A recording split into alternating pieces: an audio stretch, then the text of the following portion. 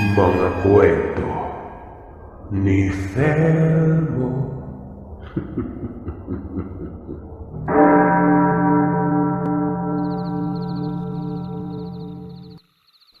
Bago ko simulan ng kwentong ito, uunahan ko na po kayo na hindi ito yung tipikal na kwentong aswang na maghahatid talaga sa iyo ng katatakutan. Pero ang kwentong ito ay hango sa totoong buhay. Kwento ng pamilya ko.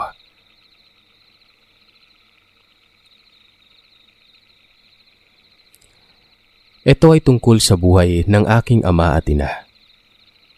Kung paano sinalba ng nanay ko ang tatay ko sa pugad ng mga aswang. Balibunso ang nanay ko sa 8 magkakapatid. Kaya masasabi nating hindi siya dumanas ng hirap sa buhay.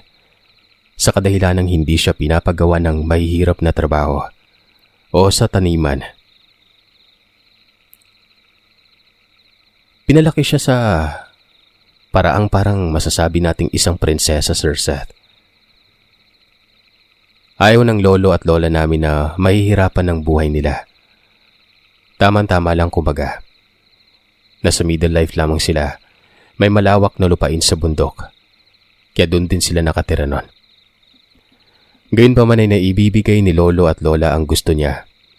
At lalo pa na may mga trabaho na rin ang iba niyang kapatid kaya okay ang buhay ng mama ko. Nung high school na si mama, mga 4th year, may naging kaklase siya na anak ng isang pastor. Iba ang relihiyon niya. Niligawan siya nito. Di naman daw kagustuhan ngunit nang tumagal dahil mabait ito. Sinagot naman ni nanay yon. Tawagin na lamang natin ang lalaking ito sa pangalang Dong. Noong magkolehiyo na sila, dahil sa ayaw ng mga magulang ni nanay kay Dong dahil nga iba ang relihiyon niya, tinago nila yon. 2nd year college na si nanay sa kursong nursing nun. Habang tumatagal ay nagiging mapusok umano itong si Dong. Nauna kasi itong graduate kesa sa aking ina. Gawa ng 2 taon lamang ang kinuha niyang kurso. Dahil gusto niyang ipakilala na siya ni nanay sa mga magulang nito, na si lolo at lola. Kaya dinala siya ni nanay sa bahay nila kahit na ito'y takot pero siyempre, gusto na rin sana na sa bahay siya nito pupuntahan. Kumbaga, maging legal sila. Pinakilala ito sa lolo at lola ko pero nagalit sila nun. Dahil nga sa nag-aaral pa si nanay. Pinaalis nila si Dong. Sinabihan nila lolo at lola si nanay na hiwalayan niya na ito. Huwag munang magnobyo hanggat hindi pa siya nakakapagtapos. Pero dahil sa mahal nga ni nanay si Dong ay tinago nila ang relasyon at humantong talaga sa pagbubuntis ni nanay nun. Ito yung naging dahilan kung bakit galit na galit ang mga magulang ni nanay at nahinto rin siya sa pag-aaral. Hindi na rin sila nagkita dahil tinago siya nila lolo at lola nun. Kinandado. Ito din ang dahilan kung bakit namatay ang sanggol sa sinapupunan ni nanay. Nung naging okay na si nanay ay nagpaalam siya kina lolo na magtatrabaho na lamang para kahit papano malibang siya. Pinayagan naman siya. Naging cashier siya sa isang restaurant. Ito naman ang dahilan na nakita na naman siya ni Dong. 1 taon ang nakalipas nun. Niyaya siya ni Dong na magtanan para magsama na. At dahil nga sa medyo bulag sa pag-ibig si nanay, sumama siya dito. Sabi nga nila kapag mahal mo, siyempre, magpapakaano ka. Dinala siya ni Dong sa bahay ng mga magulang nila pero sinabi ng tatay ni Dong na hindi sila pwedeng magsama hanggat hindi sila kasal. At malaking epekto din naman talaga ang relihiyon nila nun. Ang ginawa nila, dinala nila si nanay sa lugar ng Bacolod. At dito na umiba ang buhay ni nanay. Tubong kapi si nanay. Kaya ako sinabi ang lugar dahil hindi naman dito nangyari ang nakakatakot na nangyari sa buhay niya. Kundi dito sa lugar kung saan siya dinala ni Dong. Sa lugar ng Negros. Dinala ni Dong si nanay sa kanyang tiyahin sa Bacolod at iniwan dito para itago muna. At habang naroroon siya ay kailangan niyang magsimba sa relihiyon ni Dong at para mabinyagan din siya at maging kasapi na at makasal na sila. Hindi naging madali ang buhay ni nanay sa kanyang tiyahin. Ginawa siyang parang katulong. Lahat ng gawain sa bahay ay pinagagagawa sa kanya. At dahil hindi siya sanay sa hirap, talagang masasabi nating napagod talaga siya noon. 4 na buwan na siyang halos maging katulong doon na walang sahod. At yung nobyo niya ay 1 beses lamang sa 1 buwan. Binibisita ito. Susunod na araw ay aalis na rin at uuwi na sa Iloilo. Iiwan na naman siya. Naiiyak na lamang si nanay noon at sabi niya, bakit ba siya naging ganito? Napakaganda ng buhay niya sa piling ng mga magulang niya pero dahil sa lalaking minahal niya, nag-ibang ikot ng mundo niya. Doon ay nagdesisyon siyang maghanap ng trabaho na may sahod. Para pag bumalik siya sa mga magulang niya ay may naipon siya kahit papano. At dahil sa hindi pa uso ang cellphone, hindi siya nagpapaalam sa nobyo niya. Naaalis siya dun sa tiyahin niya. Kaya ang ginawa niya ay nagpaalam na lamang siya sa tiyahin niya na aalis na at maghahanap na lamang ng trabaho. Nag-away pa nga sila dahil ayaw siyang payagan. Pero buwang pasya niya, kaya walang nagawa ang tiyahin ni Dong nung umalis ito. Ang ginawa niya ay nagpunta siya sa plasma ng Bacolod. Maraming mga tindahan doon na nakahilera dahil magpipiesta na noon. Hindi na rin nasabi ni nanay kung anong buwan yon pero kung alam mo ang maskara, yun ang buwan Sirse. Nagtingin-tingin siya kunwari bibili pero ang totoo, nagbabaka sakali na may maghahanap ng katulong. Gusto na rin sana niyang umuwi pero alam mo na, hiyang-hiya siya at takot ang nararamdaman niya sa ginawa niyang yon sa mga magulang niya. Nung nakita niya ang mga artipisyal na bulaklak, nasiyahan si nanay noon. Pumasok siya. Isang may edad na babae ang bumati sa kanya. Maganda, mabait ang muka, nakangiti. Nagsalita ito kung bibili daw siya pero tumingin si nanay sa mukha nito. At diretsyong nagtanong kung kailangan niya ba ng katulong sa tindahan na yon. Ngumiti ang ginang na tawagin na lamang natin sa pangalang Mary. Hindi niya ito totoong pangalan. Kung bakit hindi ko maibibigay ang tunay dahil ayaw na ayaw ni tatay at malalaman niyo kung bakit sa katapusan ng kwento ko. Sa swerte, tinanggap siya ni Mary. At sinabi kay nanay na tita na lamang umano yung tawag sa kanya. Nagtrabaho si nanay doon bilang katulong. Mabuti na to dahil may sahod na. Kaya tungtuwa si nanay. Madali silang nakapalagayan ng loob. Tinuring niya si nanay na tunay na kamag-anak. Hindi kasi mahirap pakisamahan si nanay. Siya yung tao na masayahin at kahit hindi siya sanay sa trabahong bahay. Pero may talent ang nanay ko na magaling. Kumaga mahilig mag-sales talk. Yung tipo na pag pumasok ka sa tindahan nila, yung hindi ka talaga lalabas na wala kang mabili. 2 linggo na siyang nagtatrabaho doon ng isang hapon. Napansin niyang may nakatingin sa kanyang lalaki. Tiningnan niya ito pero hindi daw siya tinigilan at mas lalo pa itong tumitig sa kanya. Habang tumitingin umano ito sa kanya, parang pakiramdam daw ni nanay. Tagos sa kalamnan niya ang mga titig na yon. Malapit lamang kasi Sirse sa kalsada ang pagitan. 2 sasakyan lamang ang pagitan nilang dalawa. Magkaharap lamang din ang tindahan at kung saan nakatayo ang lalaking yon. Medyo nakakatakot daw tingnan na para bang may binabalak na hindi maganda. Pero kahit ganun pa man, may naramdaman siyang kakaibang pintig ng puso niya. Matangkad ba naman, macho at malinis tingnan.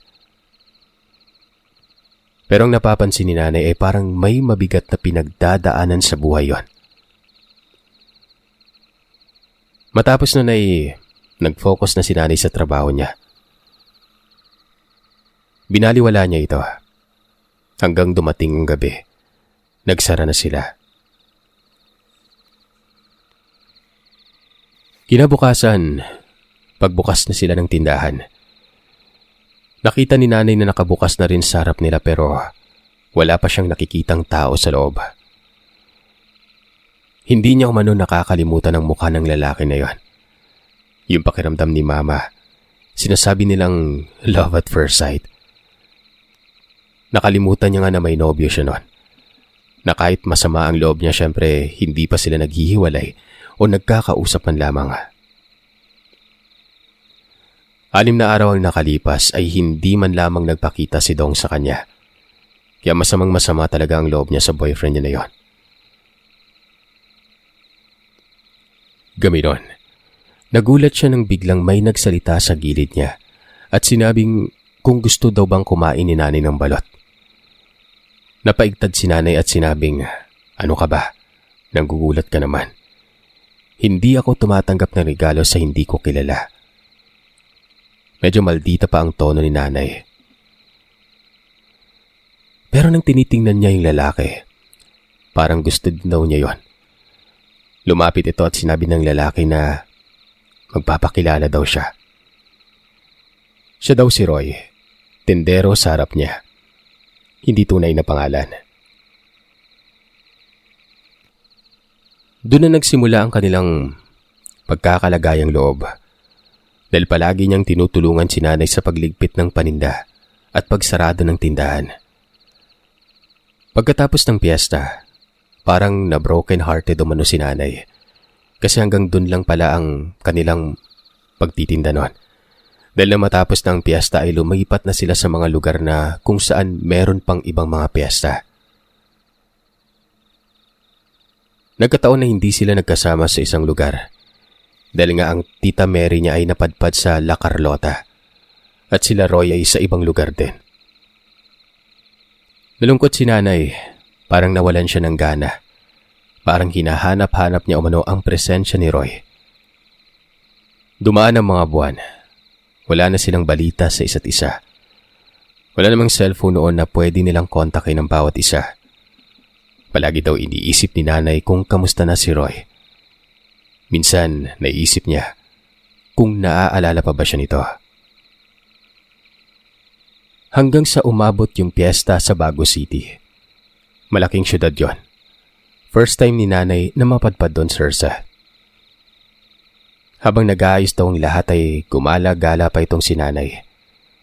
Tininan niya yung kung sino yung mga nagbebenta doon o kung ano yung mga paninda na kasabay nilang magbebenta.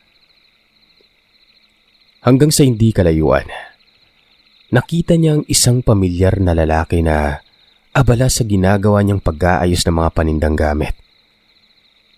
Lumakas umano ang tibok ng puso ni nanay dahil para bang alam niya kung sino yung lalaking yon. Si Roy. Tinapik ito ni nanay na parang kunwari wala lang. Tinanong niya kung bakit nandito rin pala mga ito. Nagulat si nanay dahil bigla na lamang siyang niyakap ni Roy. Hindi man lamang ito lumingon o tumingin muna sa kanya. At nang tanungin siya ni nanay na bakit, parang sigurado siyang si nanay ang nagtapik sa kanya. Ang sabi na lamang ni Roy, "Nararamdaman kita."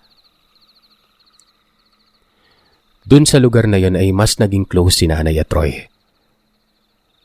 Kahit na nasa status pa lamang na sabihin nating nanliligaw pa lamang si Roy noon, ay parang meron na umano silang relasyon. Maganda yung flow ng naging relasyon nila. Isang gabi, dahil sa medyo malayo yung tindahan ni nanay kina Roy, hindi niya alam na dumating pala ang kanyang boyfriend na si Dong. Dahil may nakakita na kakilala niya na laging magkasama si nanay at tatay tuwing gabi. Marami talagang marites kahit noon pa man. Ang hindi alam ni nanay na may kaibigan si Dong nakapagtrabaho bilang tindero din. At ang hindi alam ay hinahanap pala siya ni Dong noon. dahil nga umalis siya sa bahay ng tiyahin niya. Nagkita sila nanay at Troy noon. Nagkasagutan. Kung hindi pa sila inawat ni Tita Mary, ay hindi ito tumigil. Ang tanging iniwan na lamang ng mga kataga ni Dong. Babalik daw siya kinabukasan at kukunin na si nanay doon. Naiintindihan naman si nanay ni Tita Mary. Pinapili ni Tita Mary kung sino ba talagang mahal niya. Dun sasama si nanay. Maya-maya pa, tumating naman si Roy. Pinapasok siya ni Tita Mary. Nag-usap sila ni nanay saglit.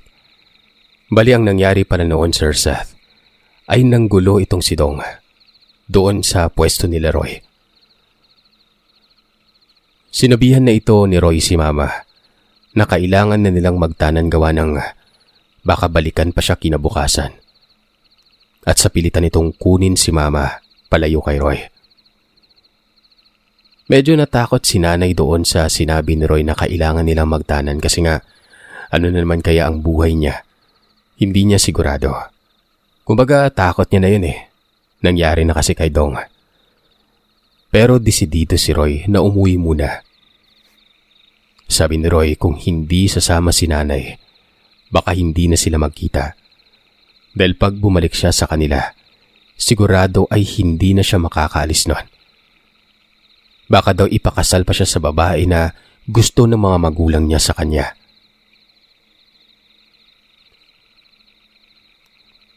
Pagkarinig ni nanay nun, parang nasaktan si nanay syempre. Ibig sabihin, wala na silang pag-asa pag binitawan pa ni nanay ang lalaking yon. Kung babalik naman siya kay Dong, parang wala pa talaga siyang mapuntahan. At parang wala na rin siyang pagmamahal doon. Galit lang yung nararamdaman niya. Kinuha ng aking ina ang bag niya. Nagpaalam siya kay Tita Mary. Pinayagan naman siya. Binigay sa kanya ang sahod niya at sinabing mag-iingat sila sa daan. Sa likod na umano sila dumaan, sa madilim na bahagi para walang makapansin. Ang ipinagtataka ni Nanay Sirsa doon pa lang. Napakadilim ng nilalakaran nila. Pero para bang kitang-kita ni Roy ang kalsada doon. Nakahawak lamang siya o hinahawakan lamang siya ni Roy. Sunod lamang ng sunod si nanay sa bawat hakbang ng nobyo niya. Dahil gabi na nga at wala na silang masakyan, doon sila nagpalipas ng gabi sa bahay ng kaibigan ni Roy sa likod lamang ng plaza. At alas 4 ng madaling araw ay dali-dali silang sumakay sa jeep papuntang terminal ng bus. Hindi alam ni nanay kung saan sila pupunta, kung anong lugar ni na Roy. Sunod-sunuran na lamang siyang pinaubaya niya ang lahat doon kay Roy. Nakatulog siya habang bumabiyahe. Ang alam ni nanay, napakatagal ng binyahe nila. Matulog siya, gigising, matutulog na naman. Tapos pag nagising, ganun pa rin. Tumatakbo pa rin yung bus. Hapon na nang sabihin ni Roy na bumaba na sila. Nakita ni nanay na terminal nga pero bundok na banda yon. Hindi din naayos yung terminal na yon. Basta may series lang na nakaparada. Sumakay ulit sila sa jeep. Siksika ng mga tao. Merong sa bubong na nakasabit pero nasa loob sila nun. Kalahating oras yung biyanahin nila. Bundok daw. Hanggang sa bumaba na naman sila sa isang terminal. Ang akala ni nanay, doon na pero sumakay na naman sila sa single na motor. Yung tinatawag nilang habal-habal. Sa single na motor na yun, Sir Seth, 6 daw silang pasahero doon. Nasa likod siya ng driver at si tatay. 4 pa ang nasa likuran nila na nakakatakot gawa ng bangin umano ang dinadaanan nila noon. Na kapag nahulog sila ay milagro na lamang kung mabuhay pa. Paakyat pa ito. Kaya alam ni nanay na sa bundok sila patungo noon. Hindi nagtagal. Huminto itong motor at ang sabi, dito na lamang yung ibang mga pasahero. Pagkatapos magbayad pati sina nanay, kanya-kanya na sila ng lakad. Pero sila ay tumawid sa ilog. Habang ang iba ay kumakanan, sila naman ni tatay ay dumiretso papataas. Sabi ni nanay pagod na daw siya, kung malayo pa ba, kung nasaan sila at kung anong lugar. Ang sabi nilang ni Roy ay dalian mo at mamaya na tayo mag-usap. Parang gusto na daw ni nanay na magsisi pero pag naisip niya na kasama niya naman ang lalaking mahal niya, napapangiti na lamang siya. Sa hindi kalayuan ay may nakita siyang bahay pero hindi magkadikit. May kubong malaki at medyo maliit na magkakadikit yon. Sinabi ni Roy na naroroon na umano sila. Pinaalalahanan siya ni Roy na kung ano ang nakita niya o makikita niya. Huwag umanong tanong ng tanong si nanay. Hinawakan ni Roy na mahigpit sa kamay si nanay nun. Huminga ng malalim at nagsalitang, mahal na mahal niya si nanay. Sana ay ganun din si nanay sa kanya, na hindi magbabago ang pagmamahal niya. Sana umano, si nanay na. Si nanay na ang makakaahon sa kanya. Ang salitang mahal ay naintindihan ni nanay. Pero yung makakaahon kay Roy, yun ang hindi niya maintindihan. Ang akala lamang ni nanay ay may aahon si Roy sa kahirapan. Kaya napaisip din si nanay noon kung bakit ganun ba? Kayamanan ba yung habol sa kanya ni Roy ay wala din naman siyang yaman noon. Tamang-tama lamang. Nagtaka si nanay at nagtanong kung ano ang ibig sabihin ni Roy. Ang sagot ni Roy, basta, dito niya lang umano malalaman kung tunay ba ang pagmamahal ni nanay sa kanya. Kung matatanggap siya nito at ng pamilya niya. Medyo malayo pa sila sa bahay. May isang babae na lumabas at dali-daling lumapit sa kanila. Habang papalapit, ngiting-ngiti siya kina nanay. Katamtaman ng katawan nito kumbaga. Hindi naman payat. Masyadong maganda pero morena. Kaya nga daw napansin niya kaagad si nanay gawa ng maputi ito. Pagkalapit nito, bigla itong nagsalita ng, ang puti mo naman, ang sarap. Tiningnan siya ni Roy at sinabing, Manang, ano ka ba? Huwag siya. Kasintahan ko siya. At siyang babaeng papakasalan ko. Ngumiti ito at sinagot kay Roy na, tanggap ka ba niya? Hindi talaga maintindihan ni nanay pero may nararamdaman na siyang takot nun. Pumanik na sila sa bahay. Pinakilala ni Roy si nanay doon. At doon pa lamang din naalala ni Roy na ipakilala sa kanyang ate itong si nanay. Marahil sa kaba kaya siguro nakalimutan niya. Maya-maya ay palapit na rin ang isang babae noon. At sinabi ni Roy na, Nay, nandito na kami. Si Melody pala, kasintahan ko. Si tatay, tanong ni Roy sa kanya. Ang sinagot ng nanay niya ay nasa taniman umano.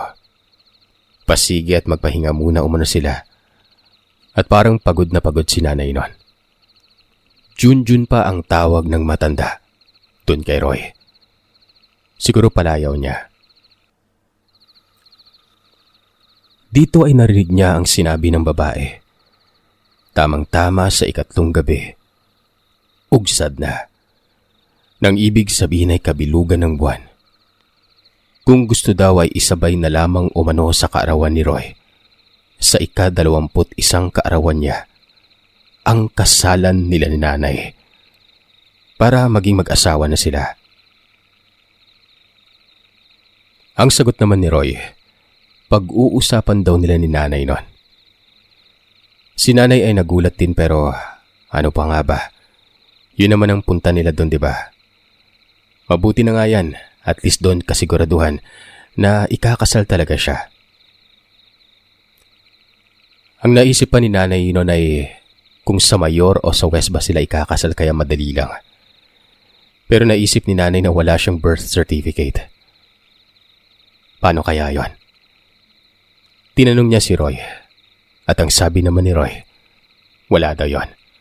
Saka na, basta ang mahalaga, maikasal sila. Dito ay hindi na nagpatumpik-tumpik si Nanay. Umuo na lamang siya. Sa isip niya, okay na rin yon gawa ng hindi na siya maaagaw ng babaeng gustong ipakasal sa kanya.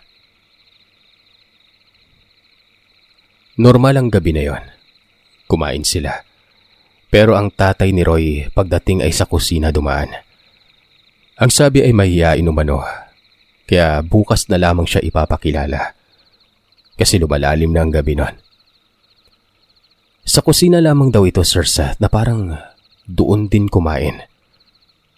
Kaya 3 lamang sila ang kumain sa lamesa nun. Gusto niyang tumulong pero hindi pumayag ang nanay at kapatid ni Roy. Kaya wala na siyang nagawa kung hindi makinig na lang. Ang sabi ng nanay, papahingahin na daw siya. Doon daw matulog sa kwarto sa kapatid nito ni Roy. Hindi daw muna sila tatabi ni Roy kasi hindi pa daw sila kasal. Kaya wala namang pagtutol si nanay. Pero ang hindi niya maintindihan, hindi din tumututol si Roy nun. Parang okay lang daw, Sir Sat, kung ibang lalaki yon. Siyempre, sasabihin din sa kanyang nanay na okay lang, di ba? Pero ito kasi nagtanan na sila, Sir Sat eh.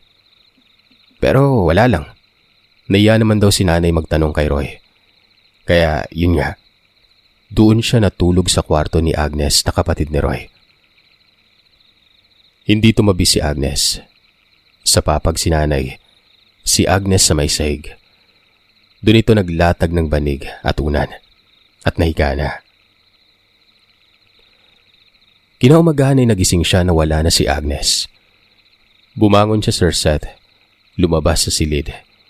Hinanap si Roy pero wala ito sa bahay.